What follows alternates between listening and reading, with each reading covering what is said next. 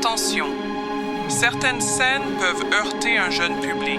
Cette série comporte beaucoup de tabac, d'alcool, orgies sexuelles, herpès, mycoses, meurtres et cadavres en putréfaction. Un film radiophonique réalisé par Jean Legland. Musique originale, Amandine et Frédéric Pinas, avec Michel Carbouchy dans le rôle d'Edgar Sapin. Épisode 5, arrivé chez les Indiens.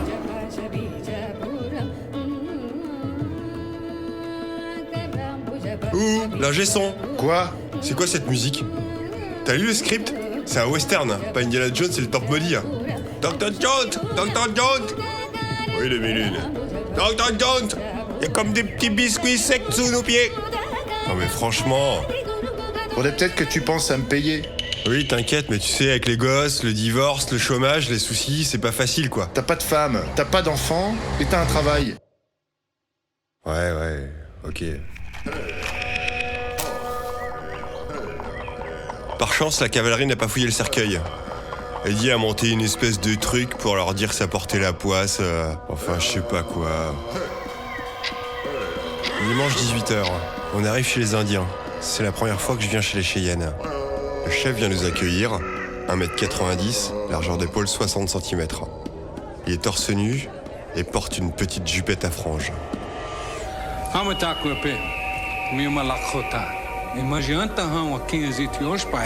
Bienvenue à l'homme qui couche avec des dames qui ressemblent à des bisons. Oui, j'ai pris Cheyenne en deuxième langue à la CIA. Un bison, un petit bison.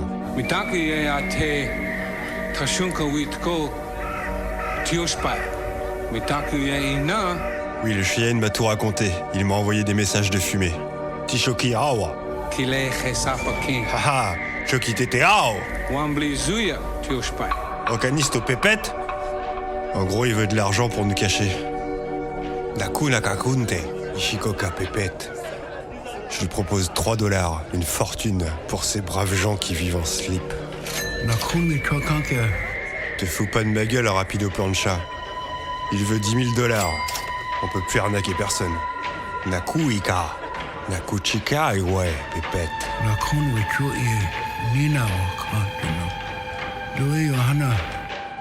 Nous sommes tombés sur un accord. Le chef indien nous conduit à notre tipi. Il y a un gros trou dedans. Il nous explique que c'est un impact de boulet de canon et que cela a eu lieu lors de la dernière bataille avec l'enflure de Capitaine Flemme. Salut, c'est Rapido de chez Carcasse. Un impact sur votre tipi? Mon client avait un petit impact sur son tipi. Il se disait que c'était rien. Mais avec le froid, crac! Il a dû remplacer tout son tipi. Alors qu'il aurait pris rendez-vous chez Carcasse, on lui réparait son tipi à domicile. On injecte notre résine Carcasse et c'est réparé. Tout ça sans avancer de frais. Et en cadeau, un balai brosse pour nettoyer votre tipi. Alors n'hésitez pas, envoyez-nous un message de fumée. Envoyez bien à carcasse.fr. Carcasse répare, Carcasse remplace. Dommage, je n'ai pas ma résine Carcasse sur moi. Ouais, j'ai fait les petits boulots quand j'étais jeune. On pose nos affaires dans le tipi, on a amené de l'eau de feu et nous allons fumer le calumet de la paix autour du totem en dansant et chantant des chants débiles pour appeler les esprits. Il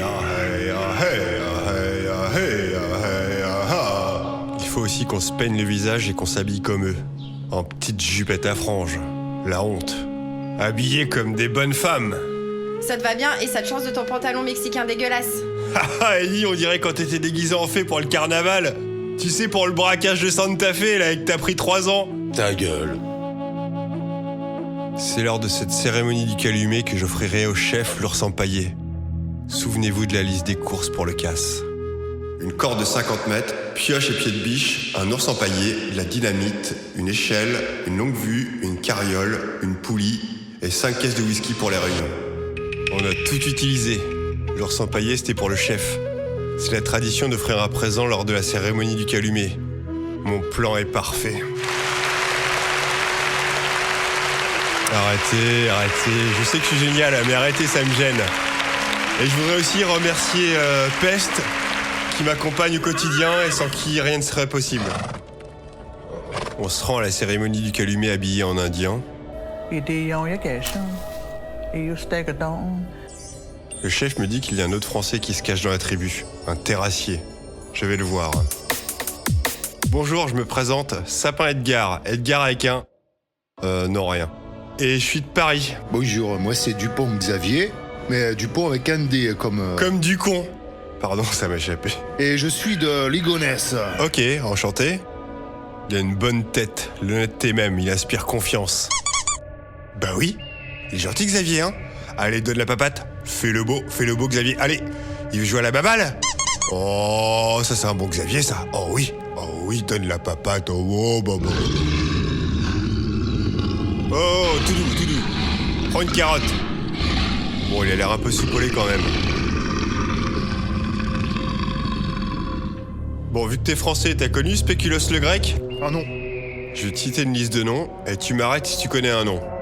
Par ordre d'apparition. Pascal la bancale, Séverine la bibine, Benoît le sournois, René le curé, Mathieu de la Murge, Bertrand tête de flanc, John la friponne, Guillaume le fantôme, Raissa di Rara, Mourad le coyote, Floriane la vilaine, Gonzalo le crapaud, Mélania la rouquine, Mathias la vinasse, Olivier le gougnafier. Ah non, je connais personne, pourquoi ? C'était des hommes de main de Spéculos le grec à Paris. Des fumiers. Passons. Bon, allons profiter de cette petite fiesta. Alors comme ça, t'es terrassier ? Ouais, moi j'avais un petit projet pour mes vieux jours. Une maison sur la côte avec du marbre, des colonnes en or, un petit jardin avec des palmiers, enfin rien de foufou quoi. Enfin tu vois l'idée du truc quoi. Le chef est debout devant le totem. Toute la tribu est assise en cercle autour. Je viens lui présenter son cadeau pour la cérémonie. Ampaio, chicanarino, urso. Cadeau chef, un ours empaillé. C'est un ours empaillé magnifique, debout, 2 mètres de haut, la gueule ouverte et le poil brillant lustré à la graisse de castor.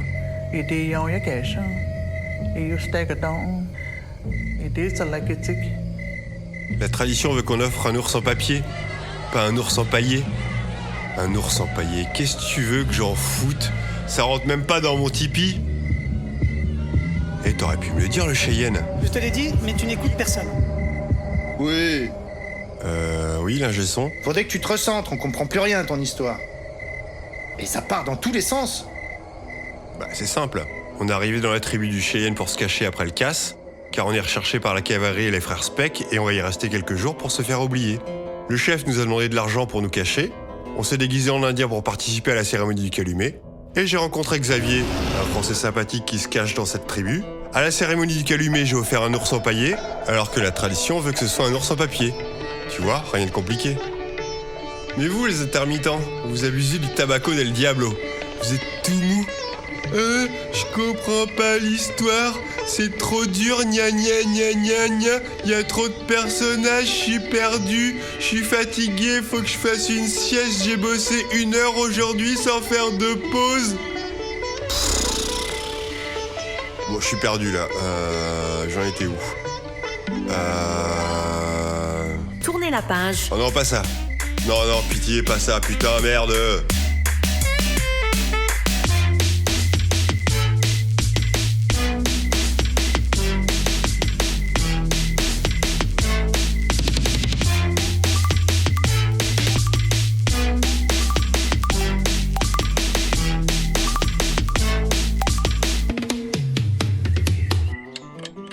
Cela fait 3 jours qu'on est caché dans la tribu.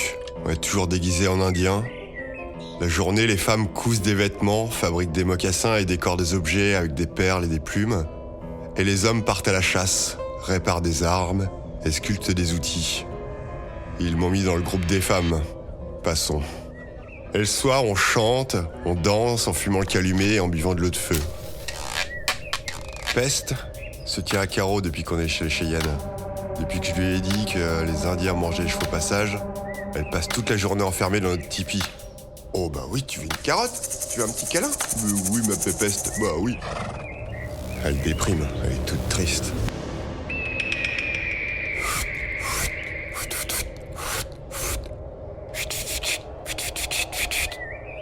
Sinon, j'ai réussi à choper le feu de pied de biche. Une scout de la tribu voisine et on s'envoie des petits messages de fumée.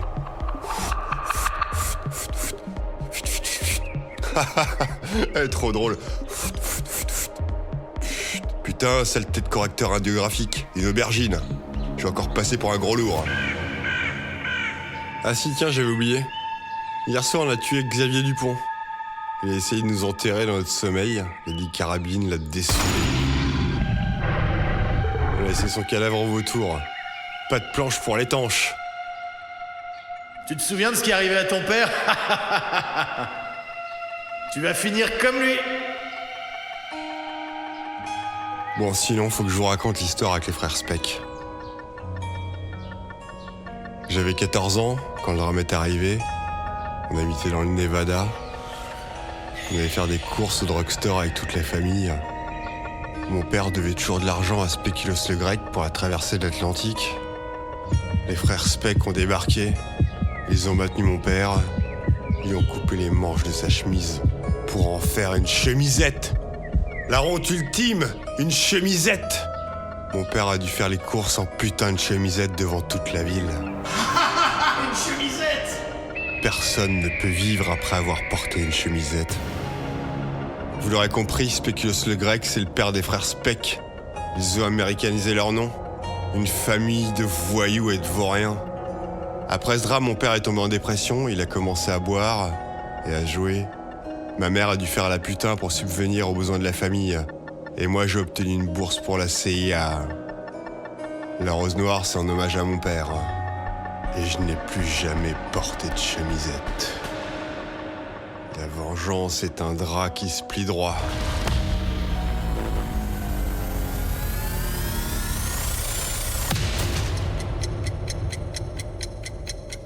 Le grand chef indien vient me voir.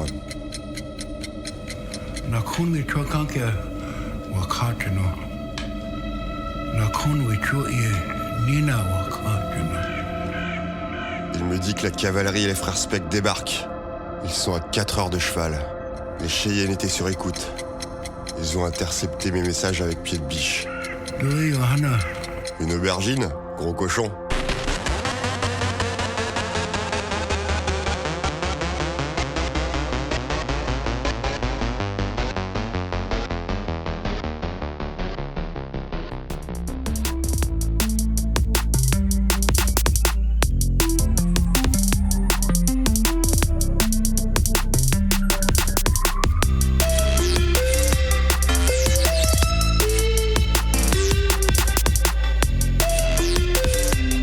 Fin de la saison 1.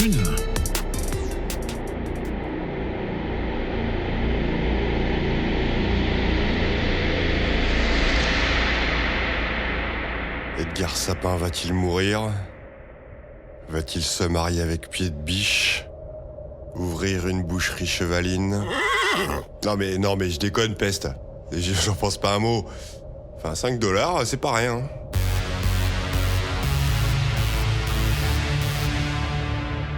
Bientôt la suite.